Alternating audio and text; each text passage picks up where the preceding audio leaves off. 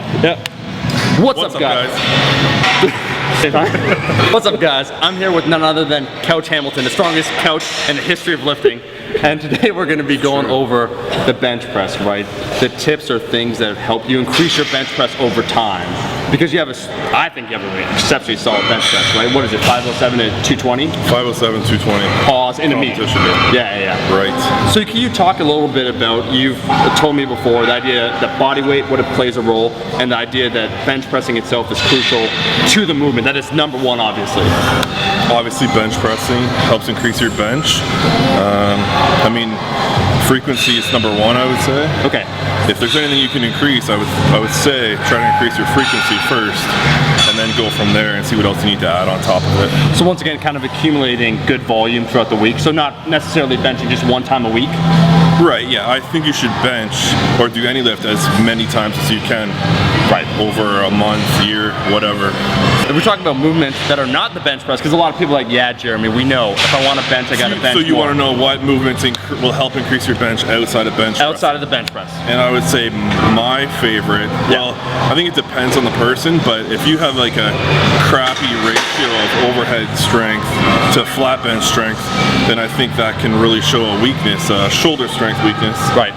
And that needs to be built on. Like if you're one of those guys that bench 350 or whatever, that's a popular number, 350? Yeah, 350, yeah. And you can't overhead press 150 straight standing, then you have a big problem, and should probably increase that to probably 200 pounds. And then you probably notice your bench goes up. You think your bench will go up. You think they're probably correlated, those two, right?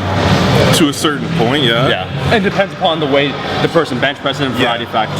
Depends on the person, but I've found that for yourself, I've been able, just for myself, that I've been able to keep my bench about the same with very little benching and just doing a lot of volume overhead pressing. Yeah. So if my shoulder strength is there, as long as I practice benching, then I can keep a good bench. Good. So we talked about the overhead press. What other movements? Okay, we want to know pec flies. Come on, Jeremy. Is that going to give me a 500-pound bench press? No. Okay. But I would say people do neglect pec work. They're always like hammering triceps and whatever else is popular. Right. And when you say pec work, what do you mean? I like higher rep dumbbell presses and inclines. Incline dumbbell generally like in the 15 to 20 rep range, which is a little unconventional, but I find that that's the way that makes my pecs tired and sore. Right. So that tells me that there's I'm neglecting strength there. There's some sort of training effect you had from it. Yes. Jeremy, what about then, so we talked about the overhead press, talked about accessory work, higher volume work with dumbbells, right, incline dumbbells. The dips, you mentioned this to me before, that you used to love doing dips for your bench press. Yeah. Can you talk a little bit about that? Dips, I'd say, are my favorite upper body exercise, but I can't do them anymore because I'm getting too much tendonitis and elbow injuries, so yeah. I can only pick a certain amount of lifts to do, so dips have to go. But weighted dips, I used to just hammer them in my basement for hours. Conan soundtrack. Yeah, multiple times a week. Just I would just push that as hard as I could, and I wouldn't even bench press. Yeah. And that really helped my bench press get up to around, I think that helped me get to my first 400. Yeah, let me ask you this.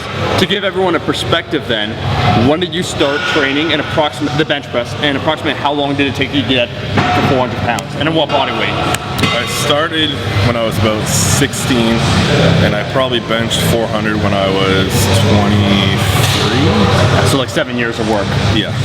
And I went from about 160 body weight, and I was 200 when I hit my first 400. Right. Can you comment just a little bit where you're talking about obviously body weight, what role it plays in terms of the bench press?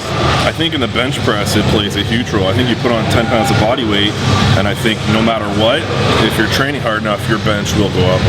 It is a movement that it is correlated. I don't think it's the same for a deadlift. Right. But I think a squat and a bench, body weight only, your bench will go up. Right. Drink your milk and eat your pizza. Eat that damn pizza. When it comes to any lift, it just comes down to work over time. Constantly straining against heavy weights over and over and over consistently for years, not just months. There's no 5-week program. There's no secret. No, there's no 10-week program. It's hammering away for years. So Jeremy, you talked fundamentally to become better at the bench press. You gotta bench press more. You talked about the overhead press you feel being correlated to the bench press itself, doing higher rep accessory work and the dip. We're filming today the incline bench press And you didn't mention it. What's going on? Yeah, I'm throwing in a little bit to experiment. I realize like I suck at it, so I might as well try. If I can bring that up and it helps my flat bench, then so be it. You gotta enjoy the journey. Yeah. Keep experimenting, keep trying. And that's something too, is like you're, even after training for 17 years, you're still trying new exercises to become better. See if it works, keep what works, and then discard what doesn't. Right. Yeah. Bruce Lee. They don't know to like the video unless Like you say the to video. Hit the like button. Thanks for watching. Make sure to like the video, and we'll be seeing you guys in the next one.